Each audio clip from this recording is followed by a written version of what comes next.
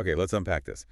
In my circle, seriously, Chat GPT, it seems to have almost totally replaced Google it. I've noticed that too. Everyone wants that quick AI summary. Right. And look, I get it sometimes. AI overviews have their place, Yeah. like maybe figuring out complex scientific concepts or something. But I have to admit, I'm still that person holding on to the classic search bar You're not alone there. because there's just this whole universe of questions where, honestly, Google search is faster and, crucially, gives you way more control over the results you see. Exactly. Precision is key sometimes. So today we're doing a deep dive into 33 Google search tricks to find exactly what you need. Ooh, sounds useful. Yeah, think of it like a treasure trove of tips. The Yep. idea is to turn that simple search bar into, well, a real power tool. Yeah. Help you skip the endless scrolling and get right to the facts. And what's really interesting here, I think, is how we usually just, type in a general question and hope for the best. Totally. Throw it out there and see what sticks. But these techniques, they let you direct Google. You're not just searching anymore, you're guiding it. I like that, directing Google. Yeah. And it's about cutting through that information overload, right? Getting beyond just a generic summary to find maybe a verifiable source or a specific piece of data you can trust. Uh-huh. It's really a shortcut to being genuinely well-informed, giving you those aha moments without drowning in links. Exactly. Our mission here is to put you, the listener, back in command of your search results. Mm-hmm. So by the end of this deep dive, you should have a whole new set of skills to get really precise answers super efficiently. Cut through the noise, get straight to what matters. Sounds great. Where do we start? Okay, let's kick things off with how Google can basically be your personal assistant, delivering answers right there in the search bar. Instant gratification. Yes, immediate gratification. Turning Google into your instant expert for common questions. No clicking, no browsing required. Love that. Like calculations? Exactly. Calculations first. I used to always open a calculator app, right? Yeah. Yeah, me too. Or fumble with my phone. But now you just type, say, 18 by 2 right into the search bar, and boom, the answer shows up in the suggestions. Simple. Super simple. And it goes beyond basic math, too. You can get visual graphs for, like, sin or cos. Oh, wow. Didn't know that. Yeah. Or even solve geometry problems, like area of circle with radius of 4. Okay, that's pretty advanced for just the search bar. Right. And totally practical if you're out with friends. Don't forget the built-in Google tip calculator. Just search for it. Huh. A real social lifesaver. It really can be. And then there are conversions. Forget trying to remember how many kilometers are in a mile. Oh, constantly looking that up. Just type the formula. Value of first unit to second unit. So 10 kilometers to month Done. or 100 USD to EUR. Instant conversion. And it works for crypto too, you mentioned. Yeah, that's pretty cool. You can check like Bitcoin to USD directly. No special sites needed. And if you need more options, just searching unit converter or currency converter brings up this comprehensive tool right there. Area, digital storage, temperature, time, it's all in there. That's spot on. And the real power here, I think, isn't just that it does these things, but how seamlessly it integrates them. It's not just a search engine anymore. It's more like this agile mini application platform. Yeah, that's a good way to put it. It just cuts down on the mental effort of switching between different apps or websites, It gives you speed and, importantly, a verifiable, unambiguous answer for specific data points. Which is sometimes exactly what you need, unlike maybe vague AI summary. Precisely. Absolutely. Those little conveniences really add up. And it works for quick financial checks, too. Like stocks. Yep. Just type a stock symbol, say AAPL, and you get current prices, key financial details right there. Nice and quick. And planning ahead for holidays. Simple. Christmas 2025, boom, tells you the day instantly. No more calendar hunting. Okay, that's genuinely useful. I always forget those dates. Me too. Yeah. And it's just as easy for time and weather. Need to know if you need an umbrella. Just type weather. For your current location. Yeah, it shows your local temperature and the forecast for the week. Or if you're checking on someone overseas, time in Paris gives you their current time. Oh, that's good for scheduling calls. Definitely. Or London to New York time to see the difference. You can even just type sunrise or sunset for the local times. Simple, but so effective. And then there's some personal utility stuff. Need your public IP address. Uh-huh. Search, what's my IP address? Done. Okay. And this one's huge if your phone goes missing. Oh, yeah. Typing Find My Phone gives you quick access to Google's feature.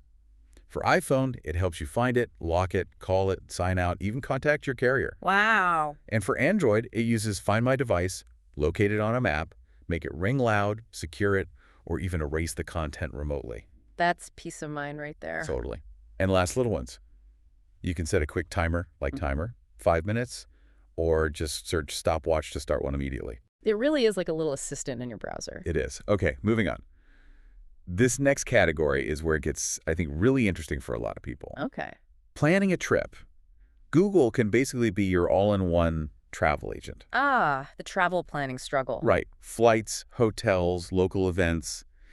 It can make it so much less of a headache. Tell me more. So for flights, just type London to New York, or use airport codes if you know them, like JFK to LHR. And it shows flights right there. Yep. Top results pop up immediately. You can change dates, filter by seat type like business or economy, look for nonstop only, all directly from the results page. That's a big time saver compared to dedicated flight sites sometimes. It really is.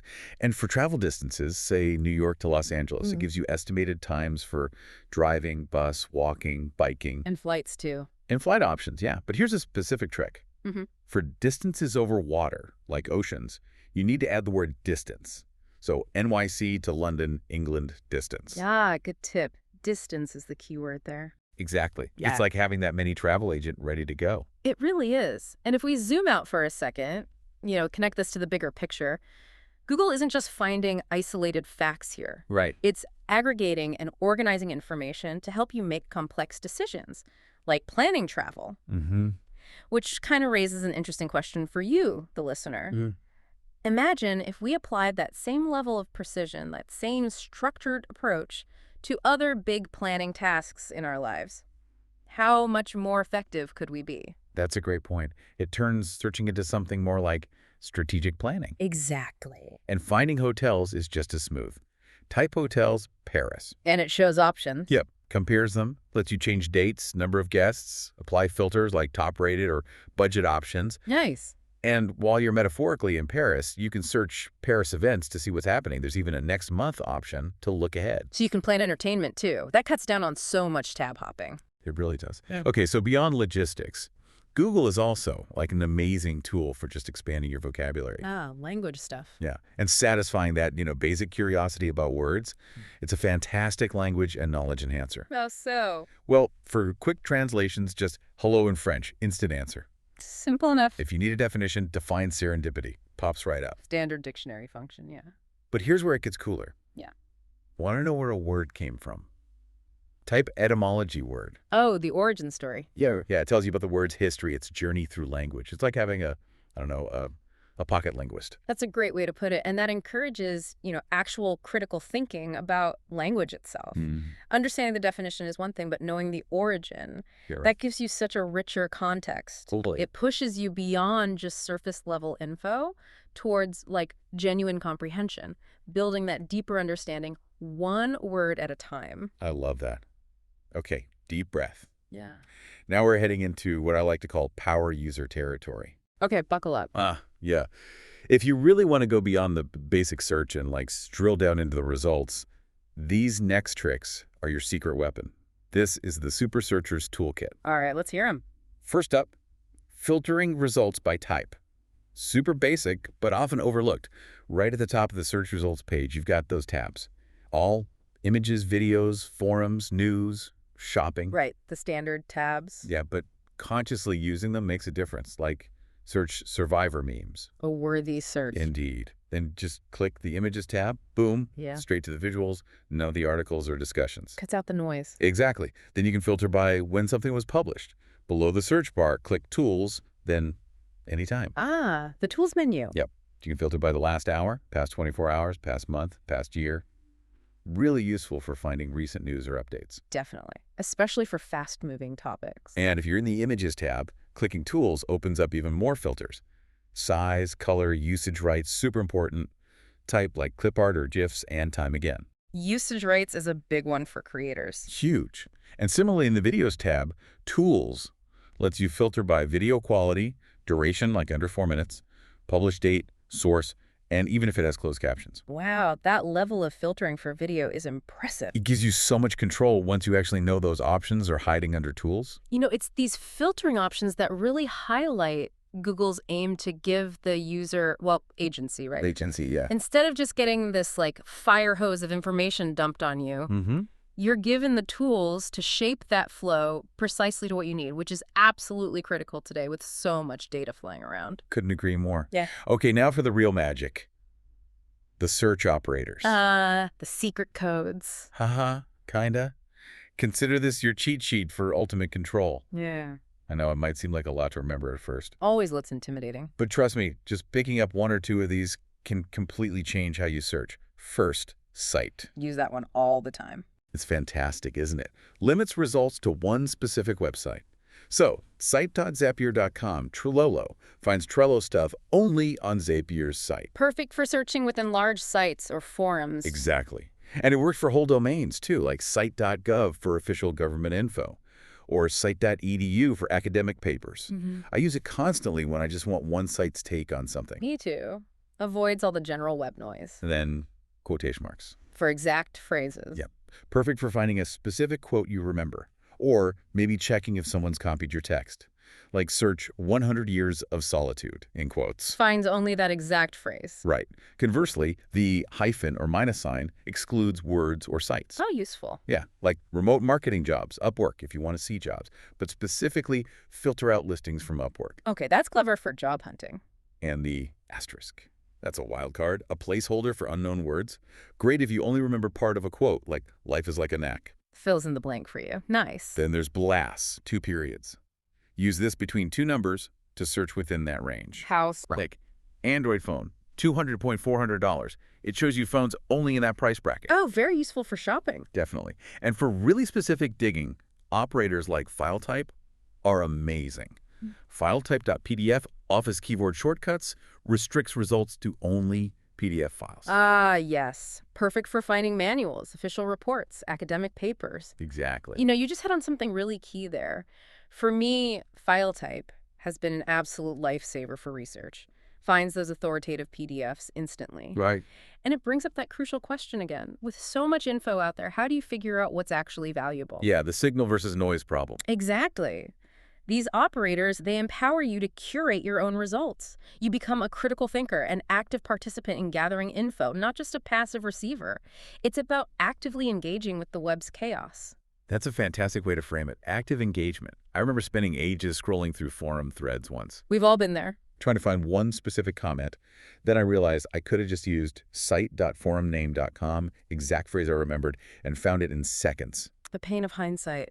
Seriously. And Yeah. what about combining them? You absolutely can. String operators together for super specific results. Like what? Give an example. Okay, try. Marketing manager. In text.remote-glassdoor-jobs. Whoa, okay, break that down. So marketing manager finds that exact phrase. In text.remote means the word remote must be in the body text of the page. And -Glassdoor D jobs excludes pages from Glassdoor and those that seem like generic jobs boards. So you're finding remote marketing manager roles, but filtering out common job sites. Precisely. Highly targeted. Now look, if memorizing all these feels like too much, Which it might for some people. don't worry. Yeah. Google actually has dedicated advanced search pages. There's one for general web search, one for images, one for videos. Just search Google Advanced Search and bookmark them. They give you drop-downs and boxes to do the same things without typing the operator. Good alternative for sure. And one last tip in this section. Don't be afraid of ridiculously long search queries sometimes. Really, longer is better. For really niche information, yeah. The more detail you give Google, sometimes the better the results. Think about asking a very specific question like, can Amazon hear everything you're saying on Alexa? Be direct. Give it all the context you have. Makes sense. Okay, so we've mastered the search bar. But wait, there's more. Oh, hidden gems. Exactly. Hidden gems and productivity hacks that go a bit beyond just the search results page itself. Stuff to make your digital life smoother. Intriguing. First, customer support. Need to contact a company instead of digging through their website. Which can be a nightmare. Just search company name, customer service number, or company name contact page. Google often pulls that info right to the top. Saves a lot of clicking and frustration. Definitely. And then there's identifying images, reverse image search, which is now mostly powered by Google Lens. Ah, Lens is pretty cool. Super cool. You can use it in the Google app or right on google.com. Tap the little Lens camera icon in the search bar. And then what? You can take a photo right then, upload one you already have, or even paste an image URL. It's brilliant for identifying things like what is that red-chested bird in my garden? Haha. Yeah, I've used it for plants and bugs. Or finding the original source of an image, or checking if someone's using your photos without credit. Just note, the voice search for images feature seems to be Android only right now. Still incredibly useful, though. Absolutely. Now, shifting to Chrome, the browser itself has some great productivity boosters. Built into Chrome. Yeah. Ever get interrupted mid-research, like 50 tabs open? The story of my life. You can pick up right where you left off using your grouped search history. In the Omnibar, that's the address bar at the top. Got it. Type at history, then a space, then some keywords related to what you were searching. So add history, renewable energy sources. And it shows your past searches on that topic. Exactly, but grouped together. It shows the clusters of tabs and searches you had open related to those keywords. Super useful for diving back into a research rabbit hole.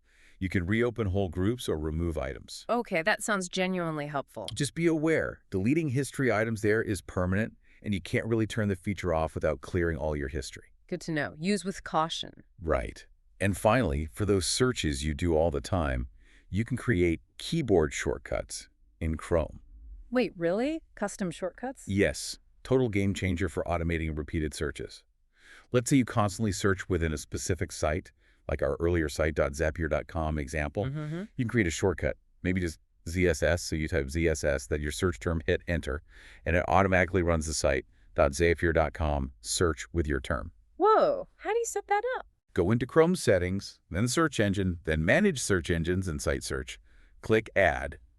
You give it a name like Zapier site search, define the shortcut, like ZSS, and then paste the search URL, but replace the query part with %.